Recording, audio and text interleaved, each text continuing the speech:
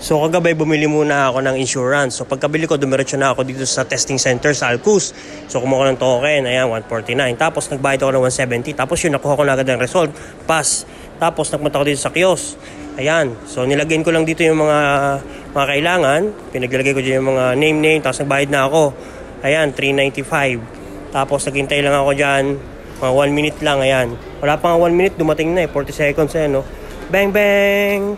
Napakabilis, my idol. Ayun, no? Ayun, no? Nakapag-renew na tayo. Grabe, napakatindi mo talaga, Dubai. Dito nga pala yan sa Al Mutakamela Vehicle Testing sa Alcus. Napakabilis, mga idol. Wala pang 40 minutes. Wala pa. Basta napakabilis, man. Oh my God.